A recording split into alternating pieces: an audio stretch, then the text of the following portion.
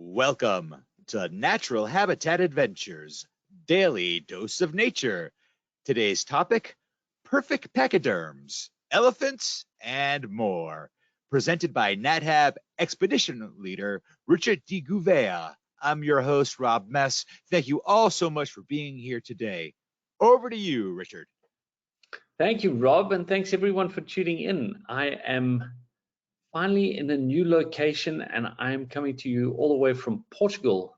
And we have just recently moved ourselves here, so life is a little chaotic, but I'm glad I have a little bit of normalcy and get to do my webinar and share some information and some love for an hour while the rest of Portugal disappears. Basically, I am a NatHab expedition leader. Some of you would have seen stuff that I'd already done before, but I do trips all over Africa for natural habitat, and I look forward to a crazy season. I leave for my next trip next month, so really excited to get back into Africa, even though I've just left there. And today we're going to be talking about the pachyderms, perfect pachyderms. Pachyderms is the general word for thick-skinned ungulates, thick-skinned herbivores, i.e. our hippos, our rhinos, and our elephants.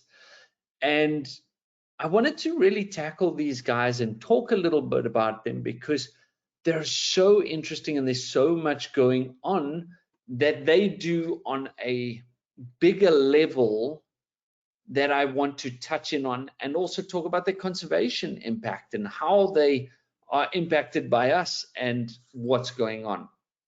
So I'm going to start closer to the water, and we're going to talk about the hippopotamus. Now, hippos are semi-aquatic mammals that are very closely related to the cetaceans, the whales and the dolphins, and even pigs. But their role being semi-aquatic is quite interesting because they do all of their feeding outside of the water, and during the day they spend their day sleeping and relaxing inside the water. And the reason why we don't have any photos of them at night is because it's difficult to take photos of them, but effectively they will come out and they will eat and graze grass throughout the evening, covering anything up to about 20 miles in an evening to try and get the sustenance that they need to bulk, make them big and strong. The largest one ever recorded was 16 feet long and weighed 9,900 pounds.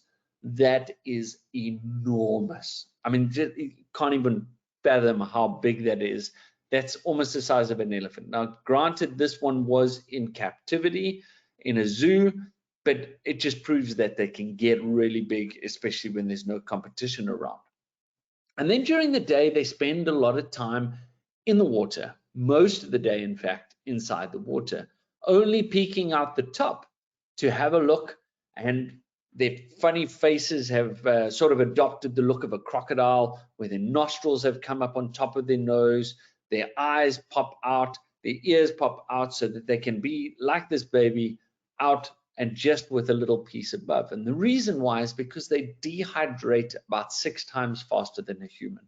So they lose water really quickly, and this is problematic for them because if you dehydrate, you're going to lose a lot of problems. So you stay in the water, you stay hydrated, you stay out of the sun so that you don't have any of those issues, and you have other ways of protecting yourself. So what a hippopotamus does is it actually puts out a oily red sweat, which is called hipposodic acid. And this hipposodic acid goes out over the skin, and it looks like this really strange oily mess or mucus that comes over them. And a lot of times back when the explorers first moved to Africa and came through, they thought they were bleeding through their skin because of this red substance. But what this mucus does, or this oily substance does, is it absorbs UVA and UVB. So it actually forms a sunscreen. They produce their own sunscreen, which goes all over their body, especially for when it gets extremely hot and maybe water sources like in a drought, are a little bit lower. Now, because their noses are above like this, when they go underneath, we guesstimate that a big adult can hold its breath for about 6 minutes, which is fairly substantial. They got big lungs. But what's fascinating about them is that they cannot swim. Even though they live in water, if you put them in a deep bit of water, far away from the edge of the lake or a dam or anything, they would drown because they wouldn't be able to get their heads up. They cannot swim. They have to run along the bottom of the water. And this is why the ancient Greek word, or the word hippopotamus, means river horse, because they look like a horse having to run underneath the water. So most of the time they're in very shallow areas, just popping themselves low enough to keep their bodies underneath and pop their heads up above. But these nostrils, as you can see with this lady, are closed, and that's their natural position, is to close. Much like a dolphin's blowhole, their nostrils have formed one blowhole. These guys have two nostrils which automatically close, so when they put their heads under the water, they are not going to get anything in there. And then when they come up for air, they have to force them open in order to get a breath, sometimes having to clear it and spray water out, sometimes not. But they will lie in the water the whole day. They can even sleep underwater. And what they have is this automatic reflex that while they're sleeping, they will lift their heads up and pop their nostril out, breathe, and then come back down and hold their breath again while they're sleeping without waking themselves up at all in order to do this, which is pretty good feat. Now you can see there's a bit of yawning going on here. This little guy's got smaller canines, but as they get bigger, these canines can get bigger and bigger and bigger and bigger, sometimes growing as big as 2 feet in length. And they sharpen against themselves. So this top tooth and the bottom tooth come together like a scissors, and they keep on sharpening, and they're ultra sharp, and they're used for defense. Now, when an animal comes up like this, opens its mouth and creates this big gaping thing, it's not yawning, it's not tired, it's a threat display. It's showing you its thick apparatus that it uses to fight you off. And these guys are known as probably the biggest killers of humans in Africa. About 500 to 3,000 people a year are killed by hippos, not for feeding on, but because they're in the way of their water source. So in Africa, a lot of villages require water. Well, every village requires water, but it gets really hot here. So most people go out in the early morning, 5 a.m., 6 a.m. in the morning, to go to the water to get their water needs, to get back before the heated hours of the day. And at the same time, the hippos are coming back from their evening graze. And now they come there, they're walking back, they're finding a nice easy slope, and they have these access points that they go in and out of the water from. And they're generally quite gently sloped, because if a rise is any more than about 7 or 8 inches, they cannot lift their foot over it. So they need this gentle slope to get in and out of the water. And us, we look for the place where the reeds are parted, and people go in there, wash their clothes, gather water, and then now in between the hippo in its safe place, the water. And the hippos then go out of their way to then chomp, and just one bite with those massive canines can cause huge damage. And that on its own is its own little part of it. But they play a major role in the health of a system, of a water system altogether. They live in pods where there's one male that looks after a pod of females, also known as a raft or a bloat or a float of hippos. I love the collective nouns. It's just, I think the people that were thinking them up sat with a gin and tonic or 7 and sat and thought up all the craziest names they could. They live pretty much in harmony with crocodiles. The only times crocodiles interact with the hippo is when it's dead and they're eating it. But beyond that, hippos and crocodiles just get along and do their thing, because if a crocodile did something wrong, the hippo would bite it and it would cause just as much damage on it, more so than what the croc would do to the hippo. So these pods effectively work as protection units. The males fight off other males, and when these fights are happening, they can get quite crazy. They jump, these are youngsters playing, but they can often lead to death. And even if we go back to this one, you can actually see the scarring on its sides where other teeth have come against it. This is obviously a young bull, and they'll push off and come back in. Now, one of the big things that they do in a watercourse is they keep the watercourse clean. It sounds weird because they poop in the water all the time. They defecate in it, and they've got this interesting way of defecating where the tail of the male will flick like this and it throws dung everywhere. And this is for territorial marking, it sprays it out. There's a bit of an old African or Shangaan belief that comes with it that said that one day a hippo or there was a drought and the fish started dying off, and the animals in the river called a meeting to see what was going on and who was eating all the fish, because the fish were disappearing. And it was an early morning meeting, and everyone was sitting around going, who is eating all the fish? Who's eating all the fish? When Hippo came back from his evening graze, and as he was walking in, everyone looked at him and went, you're so fat. You must be eating all the fish. He said, but I don't eat fish. I eat grass, guys. I eat grass. This is where I've just come from. I just came to get from my grazing at night. And they're like, no, you must be eating the fish. So from that day onwards, Hippo sprayed his dung around to show everyone that there were no fish bones in his dung, just to prove that there was no fish. But this poop that they have, the bacteria that come from their stomach and out into the water actually fight against green algae, which can kill water sources. So they add nutrients to the water for the plants to use downstream and in the water itself, and they stop this green bacteria from forming. The other thing that happens is when it is a big drought, what you'll have is a major concentration of hippos forming and gathering in smaller and smaller pools. And as they do this, they churn up the soils. And underneath these soils in the deep sediments of these rivers throughout Africa is a disease called anthrax. We all know it as a terror attack, but for the purposes of Africa, it is a naturally occurring disease.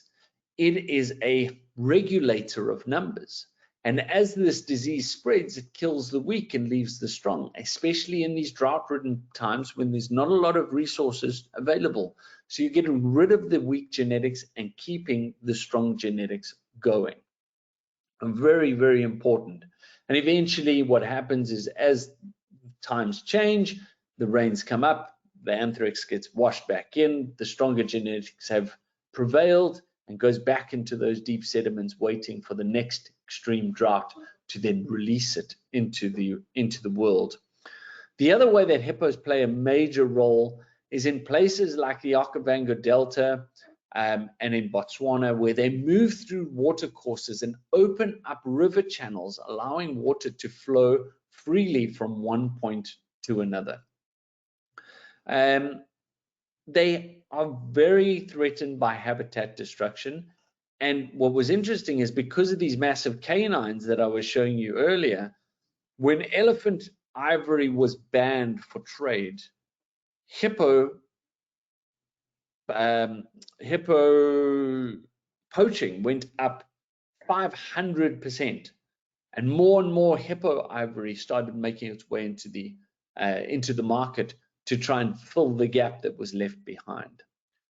And to end the hippo off, I'm going to show you a video that I took on a recent trip to Uganda and Rwanda, where we saw a dead baby hippo. Sorry, it is a baby hippo that is not alive. But the interesting thing was the behavior. This little guy, I suspect, got trampled in a fight between two males. There's a high concentration of hippopotamus there. And the whole family started coming in to try and see what was going on. And they were sniffing it, they were licking it, they were biting on it. And what started happening, which was so fascinating to me, was they all started yawning, that threat display, but it was almost this ritualistic way of saying goodbye. You can see everyone coming up. This one's licking it now. Everyone's trying to revive it, see if it'll come alive. And even towards the end, you will see what I suspect is the mother with a huge amount. There's the first yawn starting there. And there was a huge amount of saliva that started forming. There's another yawn. Here's some binoculars. Oh, you've got it. More yawning. More yawning. This one coming in, I think that's a threat display. Probably mom saying, listen, stay away from the baby. This is the male. You can see all the poop on his butt. I'm just going to go back there so that you can actually see that. So look at the one that's walking towards here. Look at all the poop on his butt. So that's from that territorial spray that was happening. And she was obviously not happy with this guy coming in. There's more yawning, more yawning. This looks like another male that's on this side over here. And she's trying to chase him away. And here you can see all of the saliva I was referring to. Look at all the saliva built up around the side. She's licking and trying to get things going. And that salivation is often a weird, like in leopards, when they're fighting, you can very clearly see that salivation. So it was just a really, really interesting sighting, very different from anything I'd ever seen. I've tried to read up and try and see why the yawning, what the process was there, but really nothing to get us going there. Now we're going to move on to the rhino. The rhino is a crazy cool creature. It's descended from the tapir family and broke off from there about 55 to 60 million years ago and split into over 100 different families. 100, I mean, different species, 100 different species. And what's crazy is our thought process of a unicorn could possibly have come from a Himalayan version of this rhino, which would have had one long horn and had white long hair over it. We don't know, but that's part of a mythical thought process. Only 9 survived after the Pleistocene, and we're left with 4 extant species on the planet. And now in Africa, we have 2 different types. We have the white rhino, which has a very square or wide lip. And this is used for grazing. So it's a big, wide lip that enables it to prehensilely pick up the grass and then chew it and feed on it. Where a black rhino has a very hook lip on the front, which it uses to browse. So this is a great difference between the 2 different rhinos, or the rhino species in Africa anyway. And they're pretty spread out, but at one stage it was believed that there were over 1 million rhino in Africa, 1 million white rhino. In the late 1800s, it was believed that there were 0, that the southern white rhino had been wiped out to 0 individuals because of poaching, because of rhino horn. And this was believed until we found a small group of about 50 individuals in a park in South Africa. And from those 50, every single southern white rhino on the planet came to be. And that all happened through mating. I'm going to show you a video on mating just now, but I have to explain how this all works. Because rhino mating is very fascinating because it starts with poo. It's all about dung. They have these territorial middens where they mark their territory and they load them with dung, and it's like the Facebook page for rhinos. So every time a rhino comes along, male will demarcate his territory with these big dung middens, and anyone that's subordinate to him or a female in his territory will go around his midden, not on his midden. If you go on the midden, you are directly trying to challenge this guy. So you go around the midden. When he comes back, comes in, he turns around, he does a little shake of his butt, and then scrapes and kicks off all of the dung and gets the smell of his urine and dung onto his feet. So as he walks, he leaves a trail. But before he walks off, he goes around and he sniffs all the other rhinos' dung that have gone around. They've got an organ on the organ of Jacobson on the palate, which has the ability to tell the age, the sex, the sexual status, the condition of that individual, their estrogen levels, all of this information is stored within the dung and within the smell. And it can only be smelt by a white rhino or a black rhino on a black rhino. So it's this really cool situation where you have this interaction going on. Now, when the male finds a female that's an estrus and can smell her, he will go seek her out because males are territorial and females are not. And he wants to keep her in his territory until she will mate with him. But she's not going to give it up that easily. She doesn't just come in and go, yeah, you found me, come on, hop on. There's none of that. It's this intense game of hard to get, touching horns, and she's screaming and shouting at him. Here, we'll show you the video. And you can see he's trying to come in and she's just telling him to push off.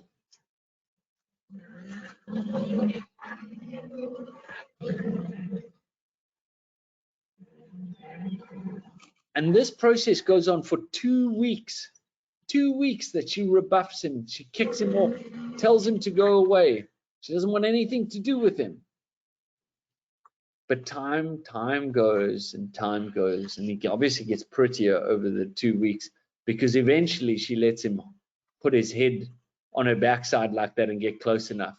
Now he must leverage himself all 5,000, 6,000 pounds of rhino onto her back. And he does that like this. And then his bits and pieces now need to start doing their work. And they randomly start going and trying to figure out where it's meant to go. It's not the easiest task.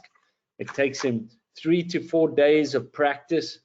And when he gets it right, it is a 40-minute affair. And in this 40-minute affair, he will have multiple ejaculations. And that will be his crowning moment for that lady. Once he releases and he goes down, to the end of that. He just walks off and doesn't go back. No more love, no more assistance as a father. She can wander off into another place because it's not her spot anymore.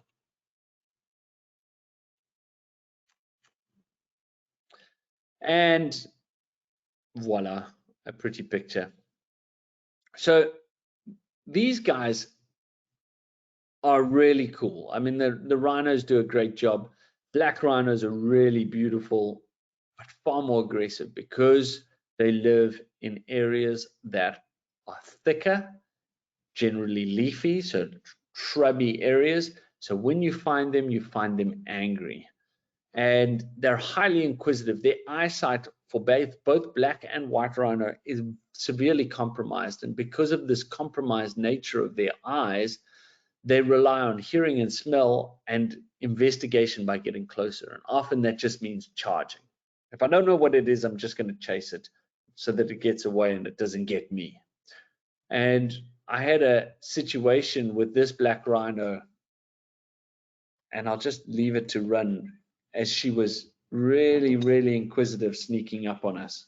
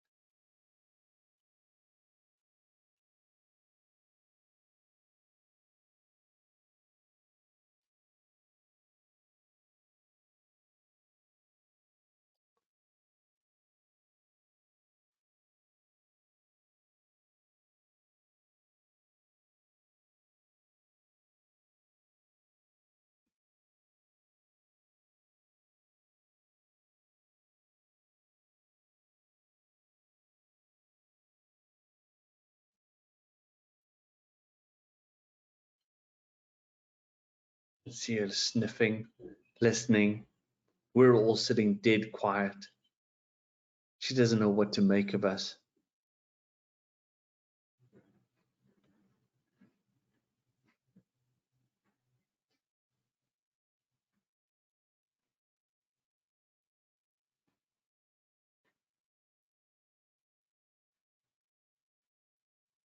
And then she's off.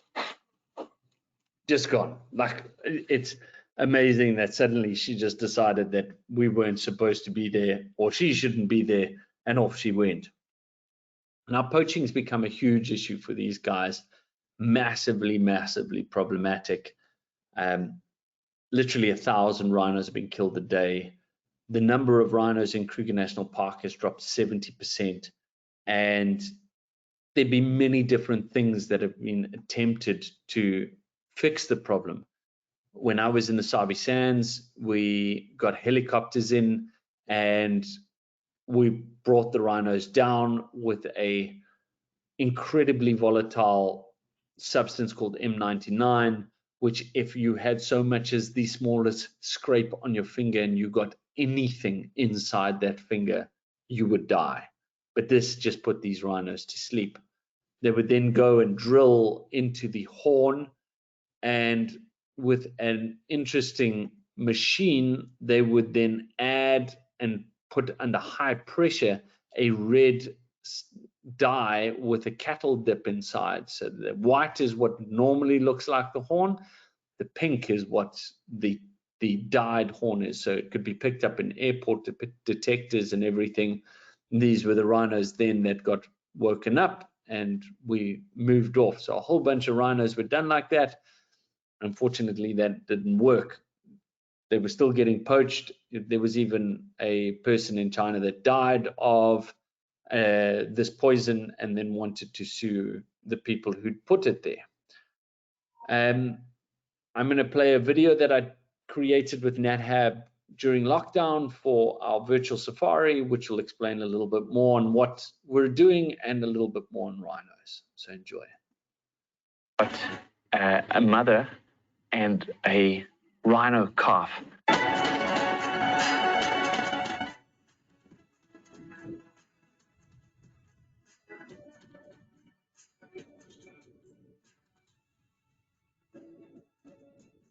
Right, so behind us we've got a mother and a rhino calf, and what looks to be her last calf. So the new calf probably is a couple of months old, and the older calf is probably around 4 years, 5 years old, and it's at this crossover point where she'll probably be trying to move off the older calf so that she can just concentrate her attention on the younger one.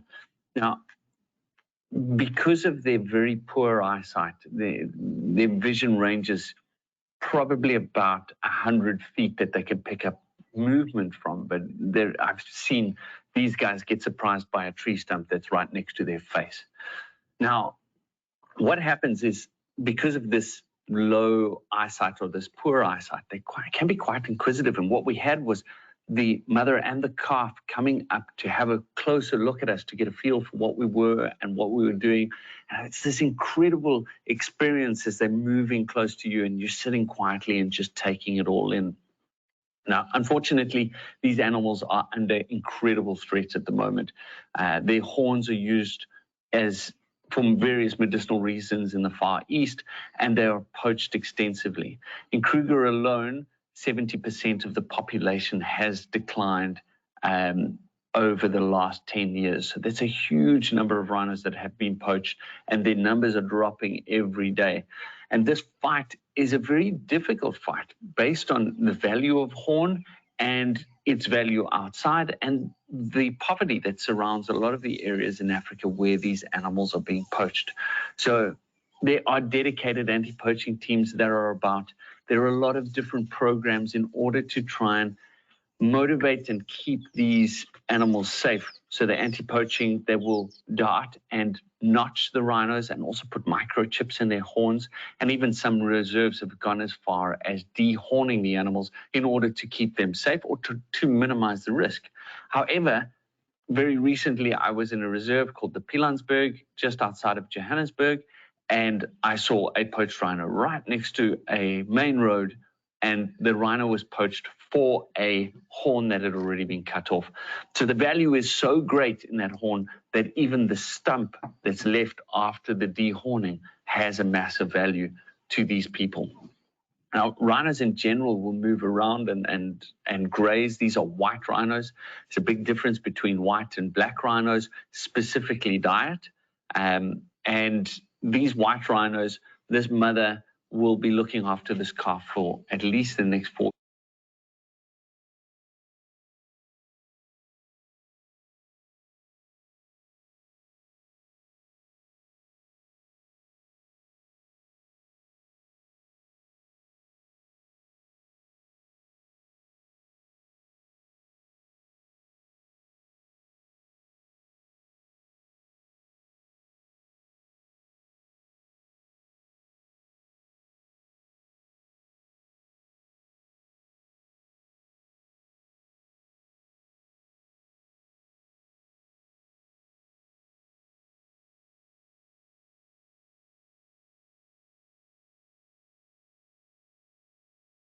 So as much as they are helpful in a greater sense, they can also be a hindrance in others.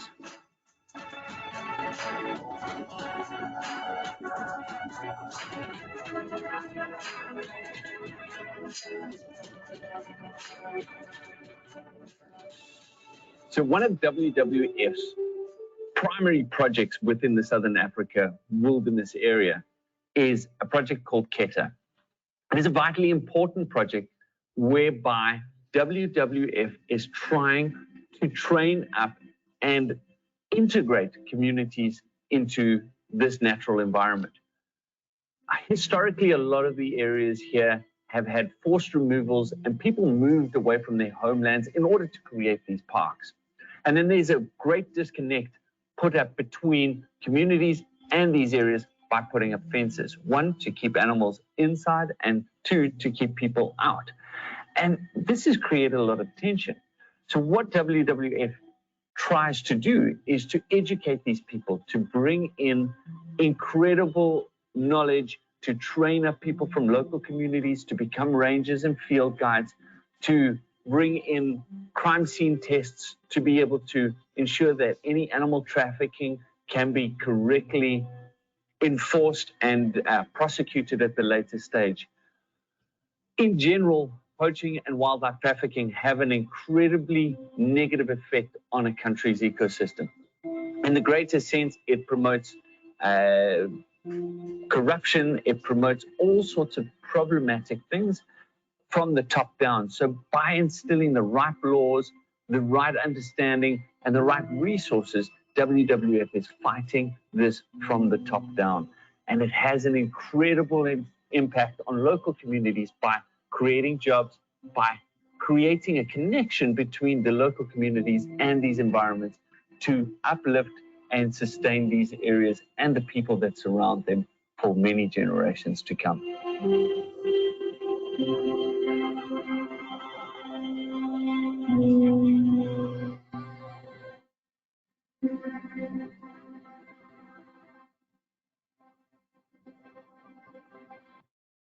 Sorry, I think we lost audio there for a moment. If anyone is interested in that video, it will be on the YouTube channel under Virtual Safaris. There is a section there. So now we're going to move on to elephants. And this is my favorite creature in the world is a leopard, but my totem creature is an elephant.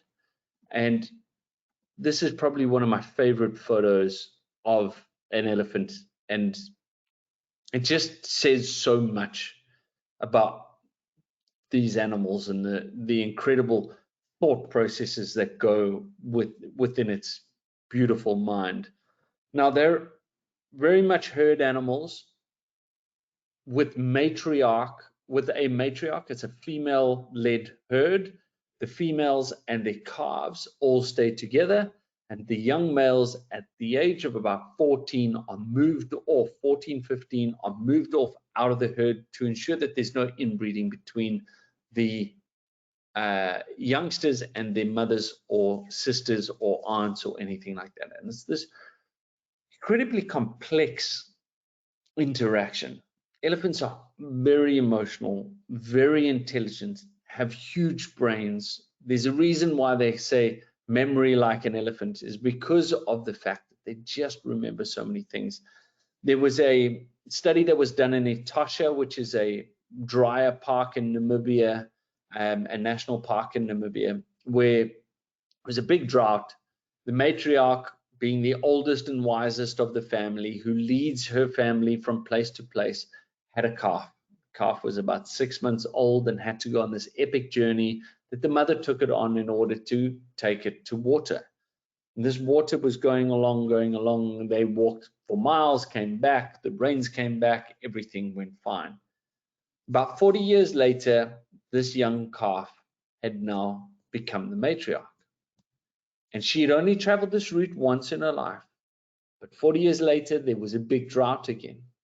And the researchers again noted that she was able to follow her mother's footsteps all the way to the same water source that it had been taken at 6 months old to go get water. She was able to keep her family alive because of it.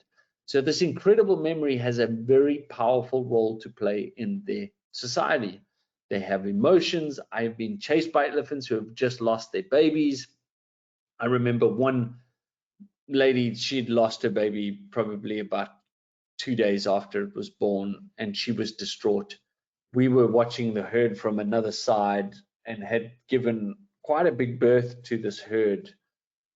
And another vehicle came in, and this female started chasing that vehicle. We just saw the vehicle tearing off. Now I'm in the middle of the bush, in the middle of nowhere, no roads, no nothing. And the next thing, from about 300-400 yards away, she turns, she looks at me, and it comes. And now we're crashing over trees trying to get away from her, and she chased us for a good mile. Just that complete distraught loss, this emotional overtake that happens with these incredible creatures is amazing. They have incredible tusks which they're able to use to peel bark off of trees, to maneuver, to snap branches, and they have this incredible understanding of leverage when they're using their trunk. The trunk has 100,000 muscles in it. It's incredibly sensitive, has this ability to pick up just the smallest things with these two little finger-like nodules at the end. Their diet is very varied, from fruits through leaves, through grass, through bark, through whatever the seasons bring. And they even have the ability to self-medicate. So in January, February, when the marula fruit are falling in South Africa, these guys binge on it. And the high vitamin C levels in these fruit allow them to get lots of stuff in, but unfortunately it makes their bellies roll a little faster than what they should. Now, normal speed from entry to exit is about 3 hours. So it's a pretty fast moving system already. But with this vitamin C, it just starts going a little too fast. So what they do is they binge, and then they go find trees which are high in tannins to slow the system down, to slow the gut so that everything works. So they self-medicate as they're going along. It's really, really incredible how well they work with all of this. Gestation's about 22 months. It's very long, and the baby is born at 220 pounds. And 22 months, they even have the ability to have twins, but the rate is about the same as us. So it's not all that low, but it's not all that high either. And they'll use these trunks as straws to suck up water and drink, but they also have the ability, they've got these incredible hairs around the mouth to assist them to putting stuff in their mouth, these sensory hairs all the way down the trunk in order to assist with feeling what's going on down the bottom. Their eyes face down so that they can see what's on the ground, and a big male elephant can pick up anything upwards of about 1,200 pounds just with this trunk, with his nose. So incredible strength that goes with it. And just these amazing organs. This photo was taken at Mashatu in Botswana, where there's a sunken hide and we're at eye level with the water. So you're right down low, and the elephants come up and they drink, and they're a little bit inquisitive about us, but it's a really cool experience to be with them and be at that height. This was a very cool young elephant that I saw many years ago that had leucism, which is a absence of melanin in the body. So there's a lightening, so you have this blue eyes, and its legs were patchy. Very beautiful to see. I watched it grow all the way from a baby through to being a teenager, and I haven't seen her since, but I'm pretty sure she's running around still happy and go lucky with everything. Their trunks take a lot of time to learn. So here you can see the baby using its mouth. It takes about 6 months for them to learn how to use the trunk and those 100,000 muscles, and it often wafts around. This is in that hide again. The youngster wants to come in for a drink. Go on in. Go on in. Go on in.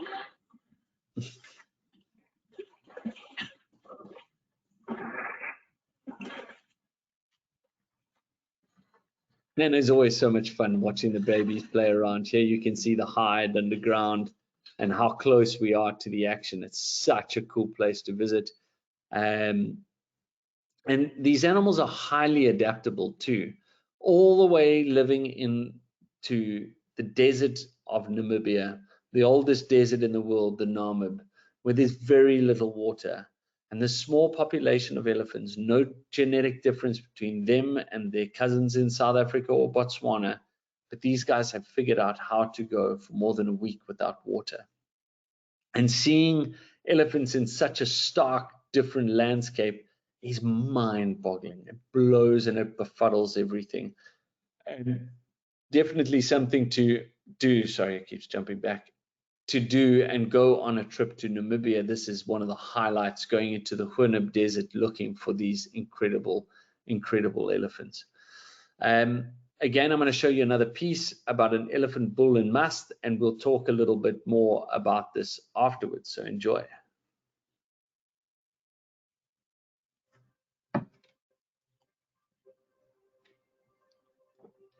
He's now slowly meandering, feeding, moving.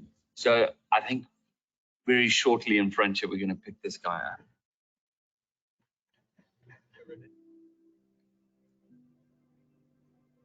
They're moving distances. They've got a place to go. They've got a goal in mind. They're trying to get to a point where you have ladies that are on estrus. He'll then track down that herd and ensure that that he gets in there to see what's happening with that herd and with that female.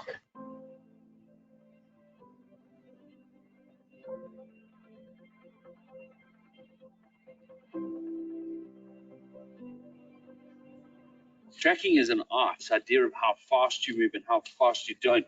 If you come really close, there's another telltale sign that's happened here. There's actually some water drops that you can see in the middle here.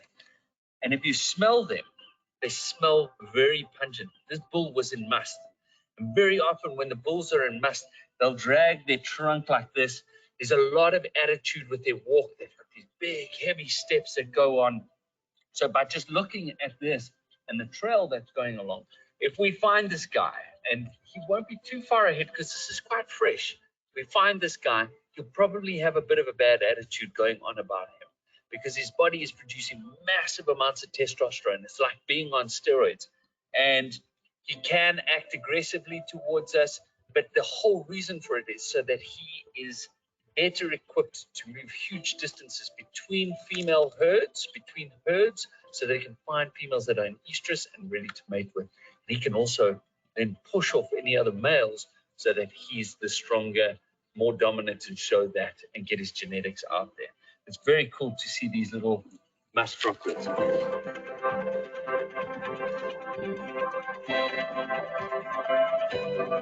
We got him. He's just in front here. This is awesome.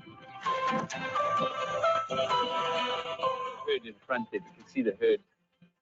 Found this female's breeding herd here. That big bull elephant that will come following, just entered into this and he just checked around. Nothing happened. So we wanted to get close. And as we approaching them, they're slowly moving away from us. They get conflicts with farmers and they get a bad experience, and then they retreat backwards into the Linyanti side. And when they get here sometime, as we talked about how amazing elephant they are, they've got this amazing memory. So they still have that experience, and we try by all means to assess and try to respect them. So we're gonna not try to get close to them. The best ways to conserve animals is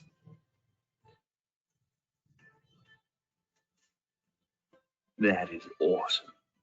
So that's the females communicating. So they're talking amongst herds. They use this flap in the throat, which causes these infrasound, low-level rumbles, which flow through the ground. And these guys will actually be able to communicate with one another for up to 10 miles.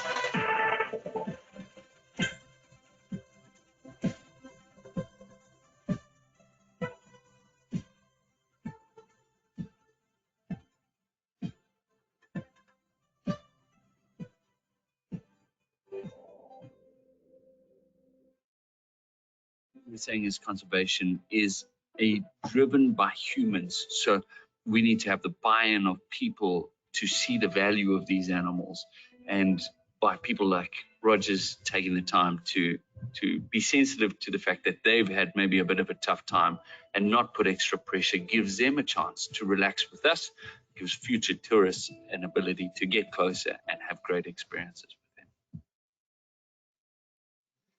So this elephant bull in must is an interesting point, because as I had mentioned earlier, the young bulls are kicked out of the herd at about 14, 15 years old.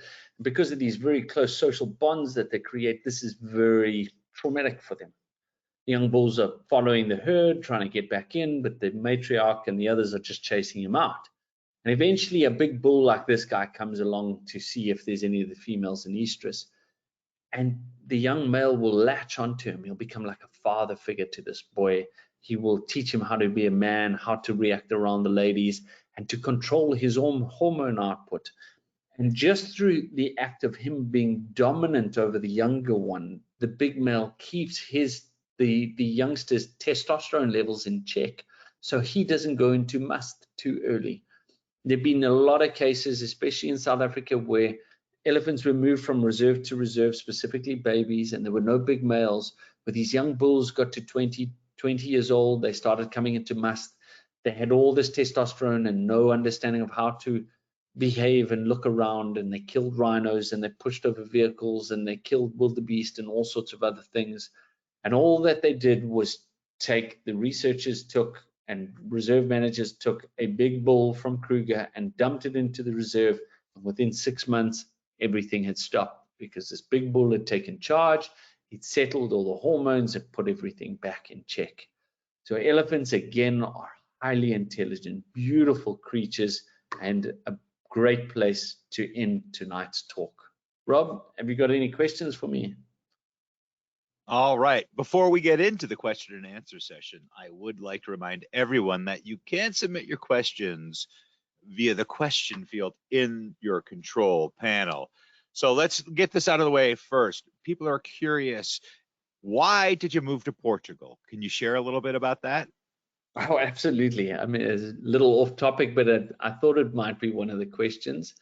My family and I are looking for a new adventure, something different.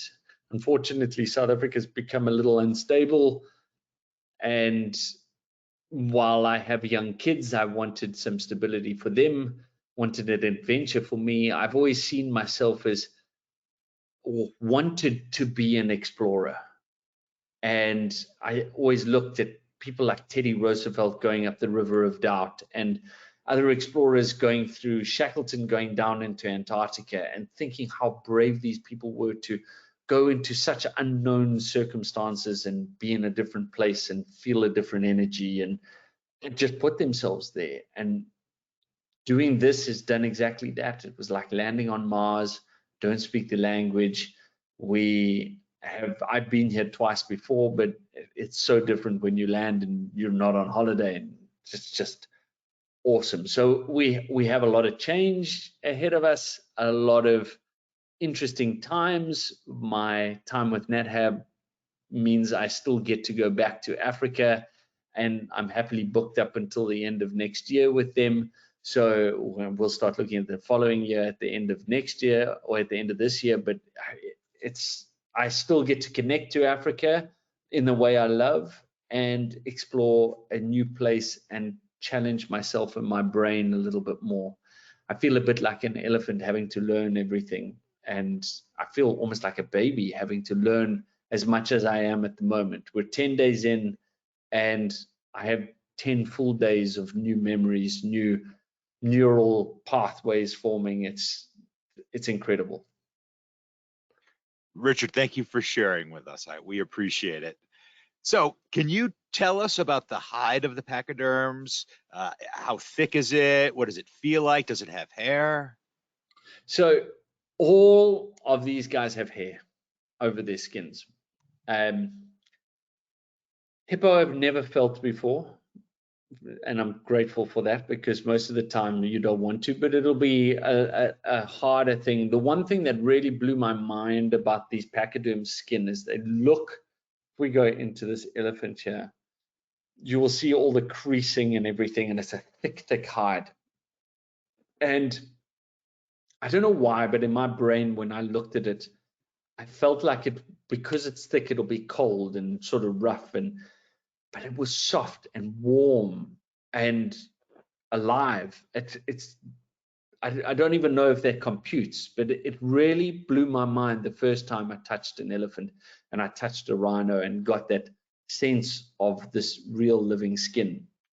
Now, how elephants work with a lot of their stuff is their ears are radiators. So they have this very thin skin on their ears, which then they can spray water on or flap and send 20 liters of blood through there or 12 liters of blood through their ears every minute, cool it by 10 degrees centigrade in that minute, and do the whole body in about 20 minutes, depending on the size of the elephant.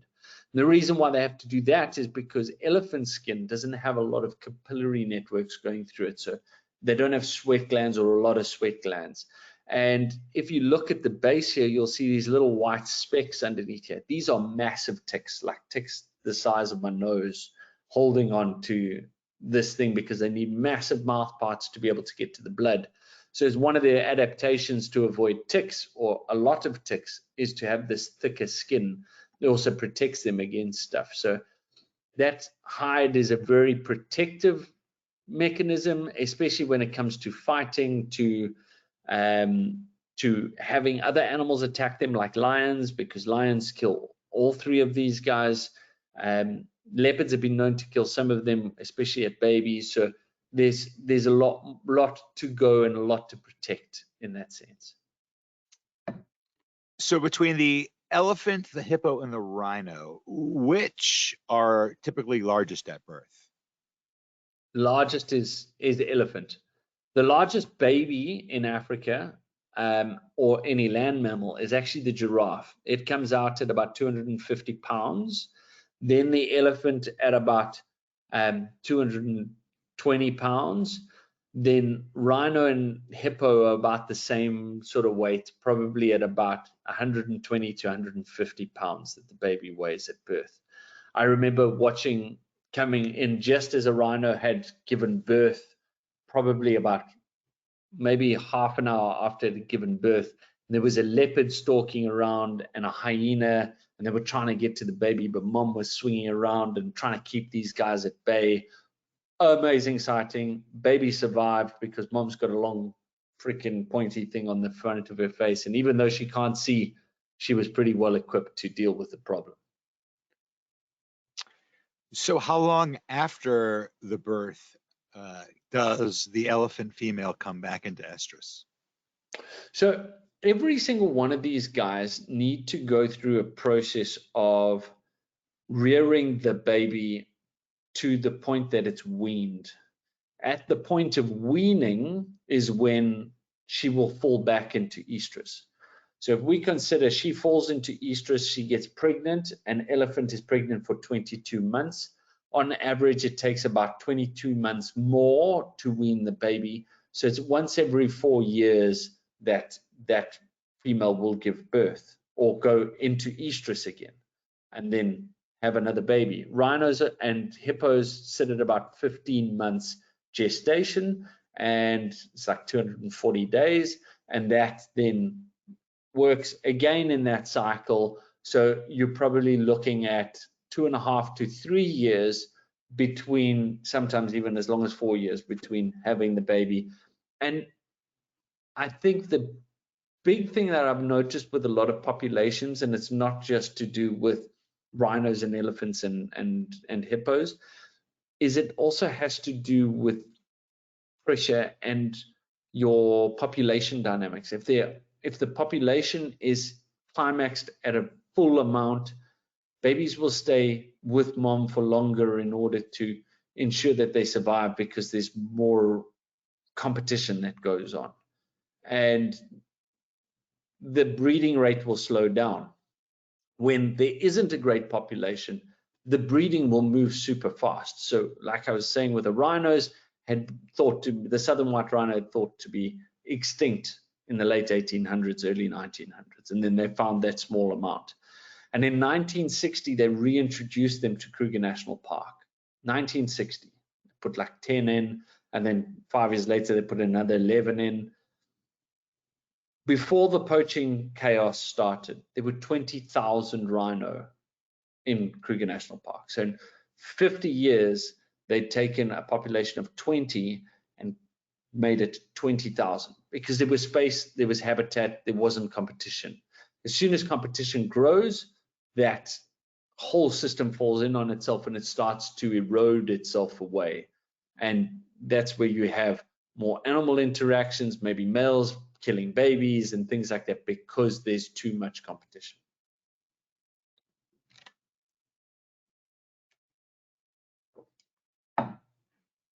So one of our guests mentioned that several years ago they read that conservationists were dyeing elephant tusks and rhino horns.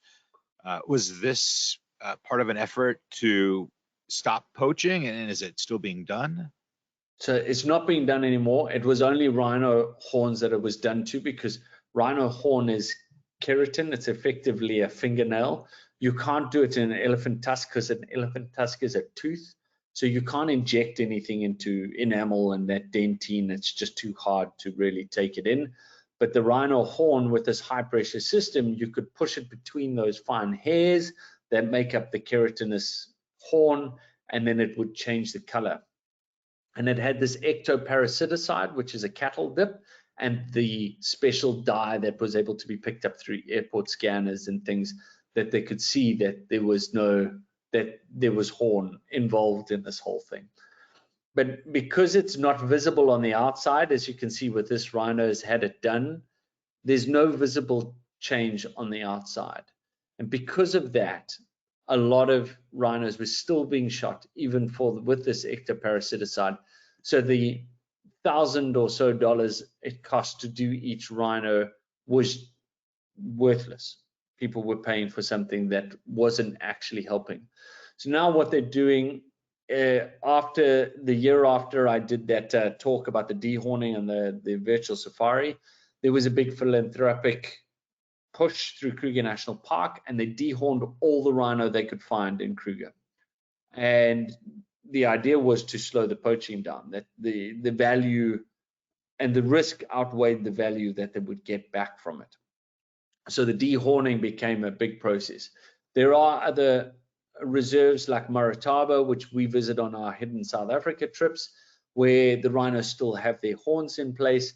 And what they use is a collar that goes around the ankle, which has artificial intelligence built into it and a big network of transmitters that should the rhino's behavior change from normal, i.e. move out of an area, the rhino doesn't move for an extended period of time, should it jump or do a false movement that it shouldn't have done, will then alert the park wardens and the anti-poaching, and they're able to get out to the location, that last location, as soon as possible. And that's the more forward way of moving through this. In a few years, there will only be, or even at the moment, there are only a few pockets of places that still have rhinos with their prominent, beautiful horns. And even after seeing these rhinos dehorned. I was in Kruger National Park the week afterwards. There was one rhino that hadn't been dehorned and about 7 of them that had. And there was so much chattering and talk that was going on between them. It was incredibly moving because I've spent extensive amount of time with rhino, and to hear vocalizations like that, they kept on going to the other one like, how do you still have a horn? What's going on? Why do we have none and you still have yours? What's going on?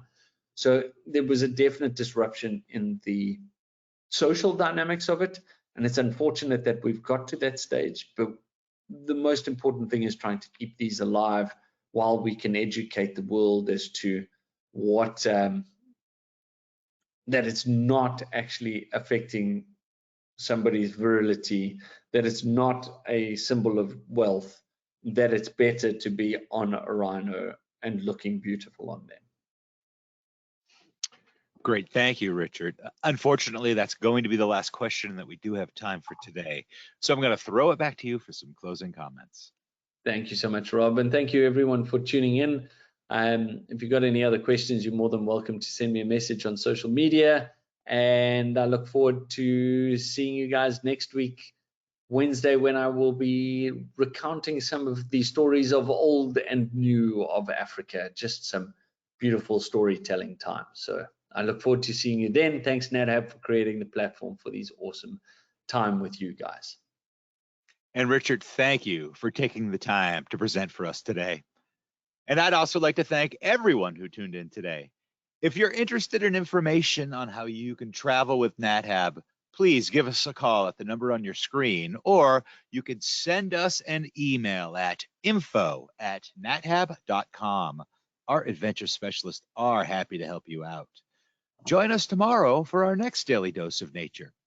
You can check out this week's lineup, including registration links, on our website at nathab.com/webinars. We did record today's presentation, and we will have the replay available on our website soon. With that, I will conclude the webinar. Goodbye, everybody. We will see you next time.